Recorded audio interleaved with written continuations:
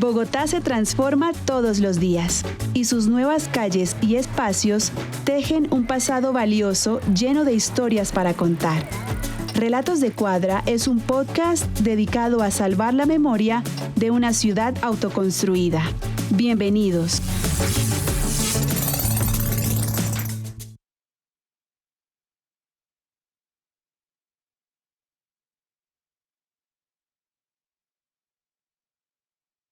En Bogotá, la elaboración de ladrillos de manera artesanal se realizó hasta finales del siglo XIX. Luego aparecieron las primeras fábricas que usaron hornos con los que se cocinaba el barro a altas temperaturas. Ante la demanda de materiales de construcción por la expansión urbanística, a inicios del siglo XX, estas fábricas crecieron y se ubicaron en la periferia de los cerros orientales de la ciudad, en localidades como Santa Fe.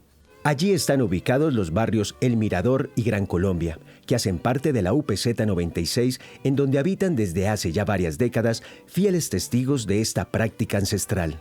Don Guillermo Alfonso Acuña Olaya es uno de ellos. Comenta que nació y se crió al lado de los chiercales, o como se le llamaba a las fábricas de ladrillos de barro. Mi familia, mi padre y mi familia vivían acá. Mis tías, mis abuelos vivían acá y eran de los chircales. Ellos tenían chircales y trabajaban en el adoquín o el adobe que se le llamaba en ese entonces en fabricación de ladrillo. Los chircales es una parte donde usted fabrica ladrillo. Coloquialmente hace el adobe y anteriormente lo hacían los hornos y utilizaban los hornos para quema de ladrillo. Hacían un molino y trituraban el barrio para hacer el ladrillo, con el cual fue construido toda la mayoría de casas de acá, este barrio, le compraban ese mismo ladrillo, que era ladrillo recocido. Mi madre tiene 88 años, pues desafortunadamente no puede contar la historia que sufre de Alzheimer. Entonces, y mis tías, que fueron las que están acá, las que trabajaron acá en los chircales, pues están todas fallecidas. Pero quien, por ejemplo, todavía vive es el hijo del señor peregrino, don Luis Salcedo. Don Luis Salcedo sí, y él trabajó en los chircales y él transportaba ladrillo y todo.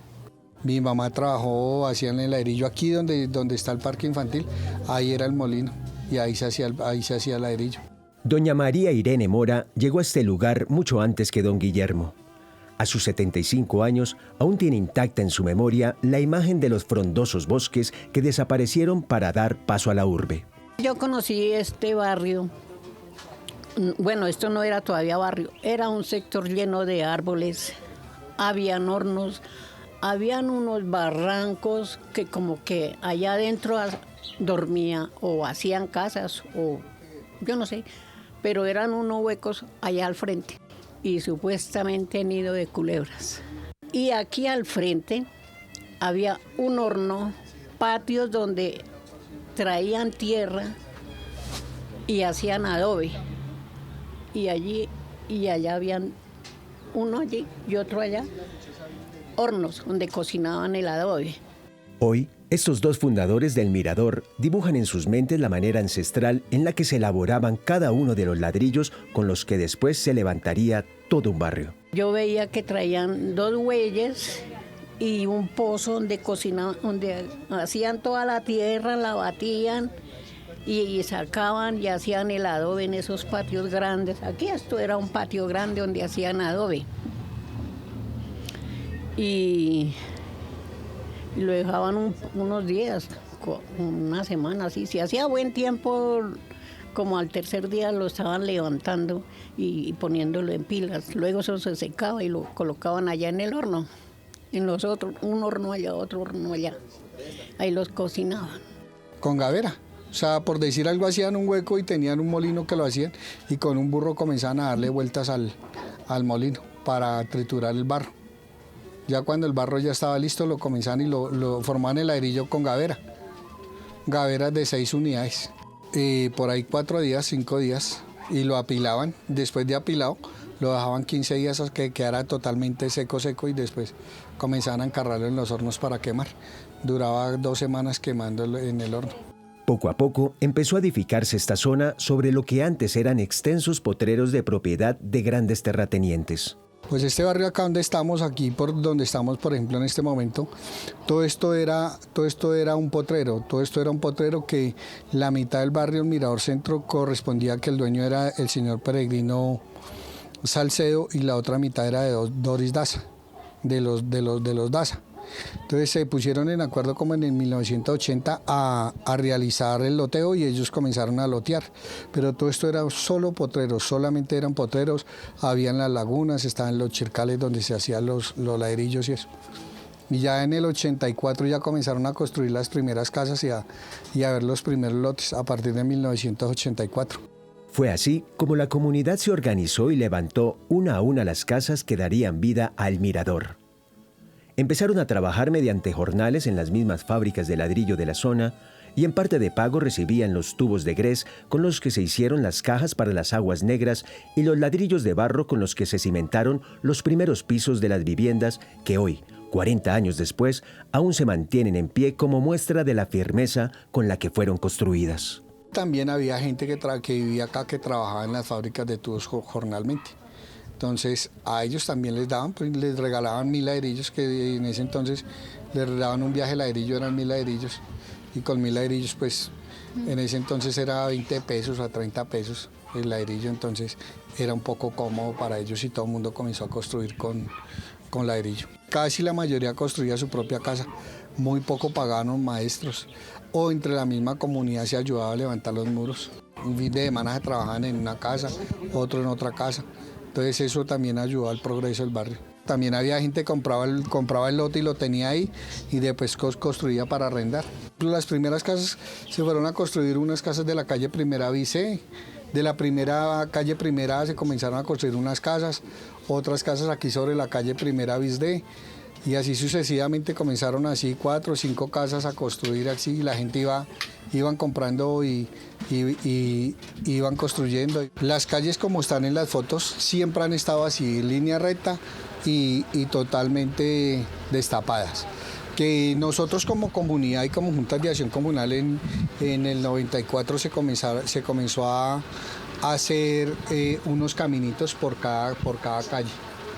Las fábricas de tubos nos donaban ladrillo y la comunidad compraba el cemento y la arena y los domingos entre toda la comunidad se comenzaba a hacer los caminos.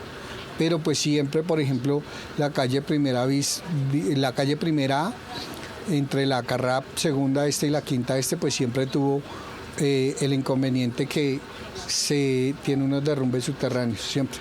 Ahí habían dos casas hechas de primer piso y todo eso, las cuales se desaparecieron totalmente. El terreno se las comió, por lo mínimo hace más de unos 15 años. Con el pasar del tiempo, las fábricas de ladrillos empezaron a generar problemas al medio ambiente y sobre todo a la salud de la misma comunidad. La contaminación producida por el carbón y el humo llevó a las autoridades a trasladarlas a inicios del siglo XXI mediante el Plan de Ordenamiento Territorial. Por eso fue que sí quitaron las fábricas de tubos como en el 2000 algo, 2005 o antes. Quitaron porque sí teníamos una problemática grande y era el hollín. El hollín que caía porque las fábricas de tubos tenían unos buitrones y subía y ellos utilizaban solo carbón. Por ese motivo entonces comenzaron a desmontar gradualmente todas las fábricas hasta que las quitaron. Las retiraron, toda la mayoría de fábricas de acá se fueron para arriba, para Mochuelo Alto. Sin los hornos como vecinos, el desarrollo de la zona tenía que continuar. Doña María Irene aumentó sus esfuerzos para comprar el lote donde hoy está construida su casa y en la que vive con sus nueras y bisnietos. Luego me hice a una cadena de 8 millones. Los tubos del primer piso sí los compramos allá arriba en la fábrica esa de tubos. Ahí sí compramos toda la tubería que tiene la casa del primer piso.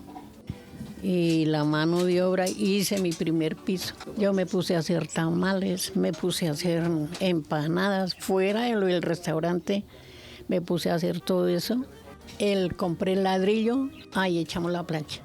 Ya levantado el barrio, surgió la necesidad de acceder a servicios básicos como el agua, la cual, recuerdan con orgullo, tenían que recoger de unos chorros que emanaban de los cerros orientales de Bogotá.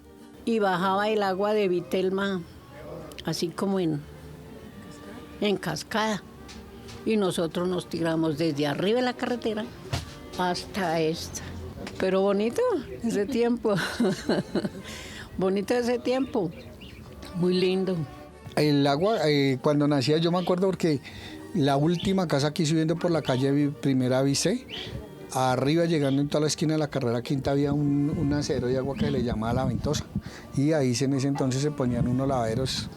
Yo tengo 52 años, yo tenía 7 años y tocaba subir a coger turno a las 6 de la mañana para que subieran a lavar. Y había un acero ahí. Siempre había un acero. Lo mismo que terminando el barrio aquí por la carrera primera, ahí en toda la esquina, ahí donde seguía la casa donde la señora Pastora, ahí había una pileta que se le llamaba la pila. Porque había una pila y se construyó, la misma comunidad también hizo como una especie de pileta y se puso una llave. Y eso era un agua de nacedero. Y anteriormente todo el mundo iba con canecas a coger agua ahí, porque ahí nunca se iba el agua. Si había agua del acueducto o se iba el agua del acueducto, la pila siempre tenía agua. Era un agua de nacedero totalmente transparente y limpias. La llegada de las empresas públicas a la zona fue otro proceso que se logró gracias a la unión de todos los vecinos. También hice una gestión con la empresa de teléfonos para que trajeran un servicio de telefonía aquí al barrio.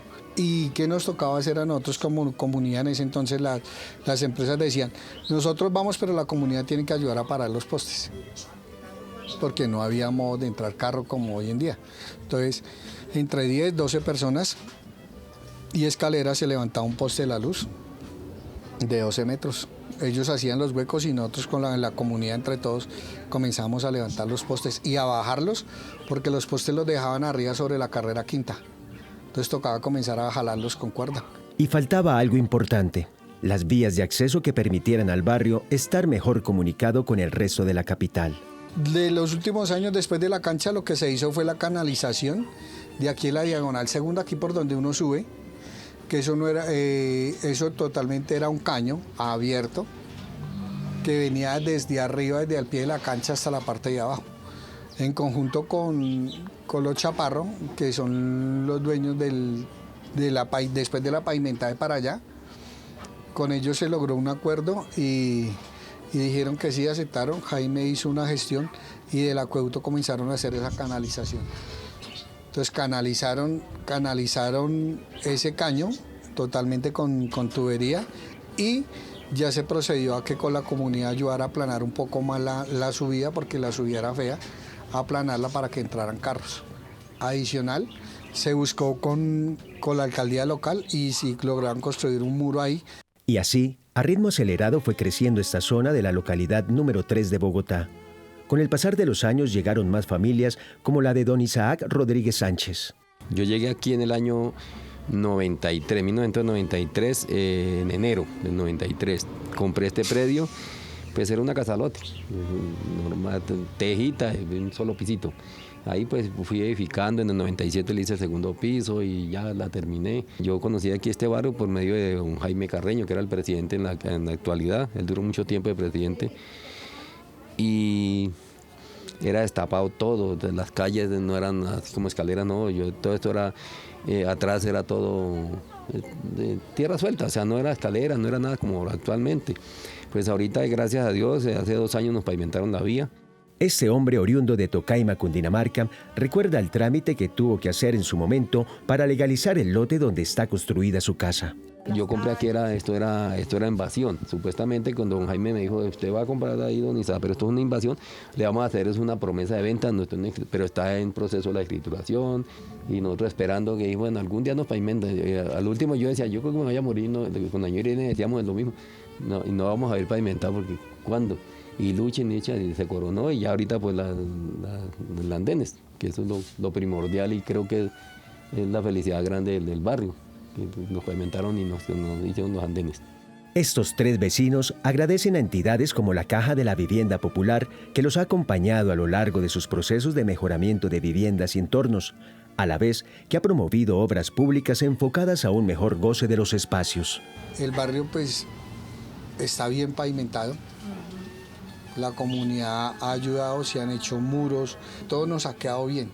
No, pues yo le doy muchísimas gracias a Dios y a ustedes, porque como vivíamos en unas zanjas de barro, no, pues que Pero es que esto era unas lomas de piedra, de maleza, de basura. Pagaba yo mi arriendo y entonces yo le pedía tanto a Dios que así fuera encima de una roca, debajo de una roca, que me diera un lotecito o algo, y me lo concedió, bendito y alabado, porque aquí esto es una roca. Pues ahorita, gracias a Dios, hace 2 años nos pavimentaron la vía en la calle Primera y ahorita pues están terminando ya las escaleras, que eso es un futuro para el barrio y para nosotros, ¿sí? Para nuestros hijos, que son los que quedan, porque ya tenemos una edad avanzada. Don Isaac, doña María Irene y don Guillermo recorren hoy las calles de El Mirador, con el orgullo de haber logrado consolidar un barrio que se sostiene sobre los ladrillos que ellos mismos ayudaron a fabricar. Actualmente en la zona aún quedan algunos lotes abandonados en el lugar en el que funcionaban los antiguos hornos donde se fundía el barro con el que se construyó los primeros barrios de la localidad de Santa Fe.